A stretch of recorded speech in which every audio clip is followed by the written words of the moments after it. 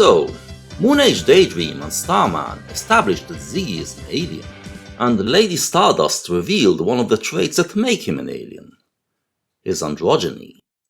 The next track, Star, presents Ziggy's other otherworldly trait: his superstardom. We have already encountered Bowie's fascination with the phenomenon of stardom, and how it connects to his dreams of heroic existence. The Prettier Star suggests that we carry the memories of movies we saw, and out of these memories, we can construct ourselves as something bigger than life, like the silver screen stars. And Hunky Dory contains several references of Hollywood and its stars, as well as eulogizing Andy Warhol and his aesthetic celebration of fabrication and glamour. But why do I call this otherworldly? Because it went against the grain of the hippie worldview that dominated the rock world at the time, a worldview that demanded that musicians be authentic and stay away from any artificiality and fabrication. Stardom was regarded as part of the fake and meaningless world of pop, which serious rock musicians were to stay away from. When Bowie and Bolan turned glam and embraced stardom, many dismissed them as sellouts, who gave up on authenticity in exchange for fame and fortune. What they didn't realize was that Bowie was out to undermine the entire hippie worldview and redefine our notions of real and fake. Why did the hippies, and most other people, grasp glamour and stardom as something fake? Because their worldview held the belief that we are defined by an inner self, a core that remains stable, while our varying social identity is just a cultural mask we are wearing. The star persona is not who the person really is inside, but a projection for the public's eyes, and therefore regarded as not real. Hippies believed that rock should be an expression of authenticity, and that music is the way to remove the masks and reveal ourselves as we truly are. Furthermore, they believed that by dropping the masks, the boundaries between humans will fall, and the human race will unite in harmony and love. Playing the game of stardom, and putting the emphasis on one's fake outer persona instead of his real inner self, were therefore regarded as something that hinders our chances to achieve utopia. Bowie, of course, saw things differently. As we know, he did not believe in an inner real self, a permanent core that defines us, but regarded everything in our being as subject to change. In his worldview, what defines us is not who we are inside, but what we act out in the world, and if the way we act induces happiness, then it is real. In Andy Warhol, he tells us what would happen if we force Andy to take a cruise on his own, as if to tear him away from his regular actions and surroundings, and give him a chance to search for his real self. He will nevertheless continue to think about his art, and about other people. In other words, Warhol gets that the real self is not a personal inner thing that you are born with, but rather something you create and share with others. And that is why the star, who presents a distinct identity that can be imitated by others, is actually a model of authenticity. It is well known that the formation of a movie star, in the golden age of Hollywood, was largely the work of the studios, which created the persona for the stars, and then sold it to the public through a clever public relations machine. When it comes to music, however, our approach tends to be more romantic, and we want to believe that rock stars become so because of their musical talent. The perception isn't true in both cases. Hollywood stars became so mainly because of the quality they themselves possessed, while the making of rock and roll stars did involve a great deal of conjuring. Bowie was now getting prepared to employ the lessons of decades of star making and conjure up the biggest rock star of them all. Of course, David Bowie himself is nothing but a stage persona conjured up by Davy Jones, and one of the tactics he used to market this alias was to blame it on another rock act, an act that became infamous for its inauthenticity. The Monkees, a band that was conceived by two TV producers who wanted to create an American version of the Beatles, hit American television in September 1966 as a weekly show, offering a combination of zany slapstick comedy, innocuous youth rebellion, and Beatlesque musical numbers written by professional tunesmiths. The personas of the band members were prefabricated by the producers and played by actors, including a Briton named Davy Jones, but many kids nevertheless fell under their charm, and hysteria didn't fail to ensue. Within a year, though, rock started taking itself more seriously, moving in the direction of authenticity and profundity, and the Monkees became a laughingstock.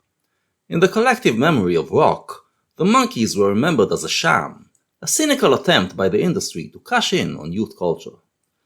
Bowie managed to escape the peril of being wrongly identified as Monkey Davy Jones when he changed his stage name, but by 1972 he was taking a fresh look at the world of rock, and finding merit in what the Monkees were doing. The Monkees showed that you could actually determine the image of the band before you make the music, and also that you can make the public believe it. The people who created the band displayed their creativity not through the musical side of pop, but through the side of identity creation and crowd manipulation, sides that late 60s rockers didn't pay much attention to. Bowie was now ready to explore this side.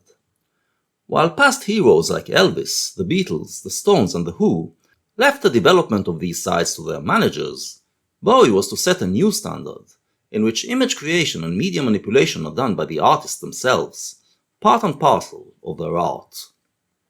"I wasn't at all surprised that Ziggy Stardust made my career," he said years later. "I packaged a totally credible plastic rock star, much more than any sort of Monkees fabrication. My plastic rocker was much more plastic than anybody's." Bowie was about to redefine what rock was about. Instead of focusing on the music and letting everything else revolve around it, the rock artist should first of all create an identity, and everything else should revolve around that. Another influence on Bowie's new perception came from the legendary Stardust Cowboy, an eccentric country and western performer from America, who was convinced he was going to become a legendary star and named himself accordingly. He was basically laughed off the stage, but Bowie was intrigued that he announced himself a star before becoming one, in an attempt to make the public see him as such. Borrowing the Stardust moniker for his own creation, Bowie was determined to succeed where the ledge failed. In 1970, Bowie encountered another wannabe star, when he was approached by Les Payne, lead singer of the band Chameleon, who asked him to write a song for them. Chameleon were on the verge of breaking big, so Bowie gave them a song called Star, which reflected the thoughts of every teenager dreaming of rock stardom. But Chameleon soon broke up, and their version was not released. Payne went on to miss a few more shots at fame, eventually making a name for himself as the rocker who almost made it. Bowie, on the other hand, did make it, and his revamped version of Star became a centerpiece in the Ziggy story. Johnny went to fight in Belfast, Ruby stayed at home to starve. I could make it all worthwhile as a rock and roll star. Bevan tried to change the nation, Sonny wants to turn the world, but he pretended that he tried. I could make a transformation as a rock and roll star. Star, in a way, is an extension of Changes. On that song, Bowie told us that there were 1,000,000 dead-end streets, and here he counts some of them.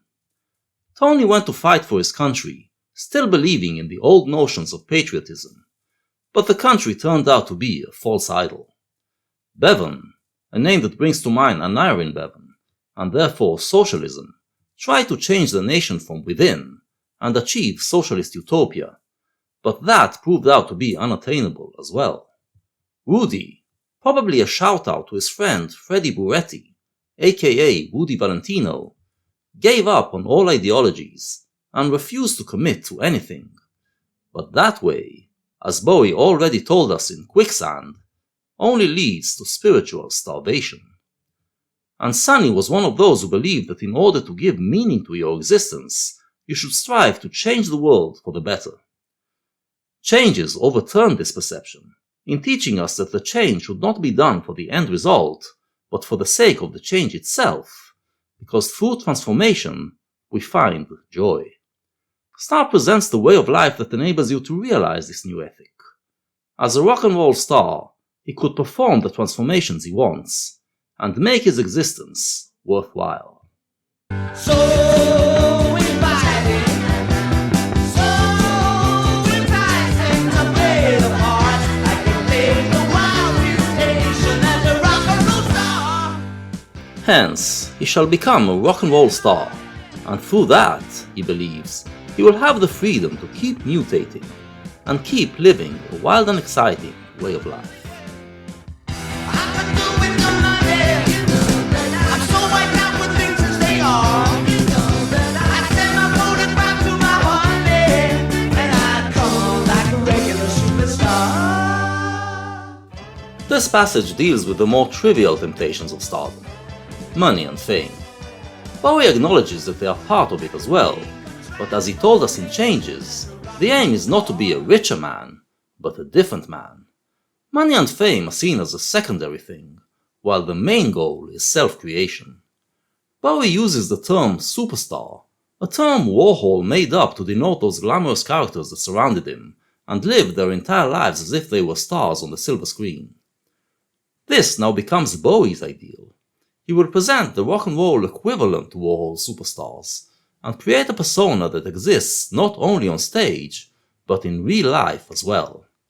He will become the star persona, and compel the rest of the world to see him that way. Thus, he believes, he will achieve the heroic existence he was dreaming of. I could fall asleep at night as a rock and roll star.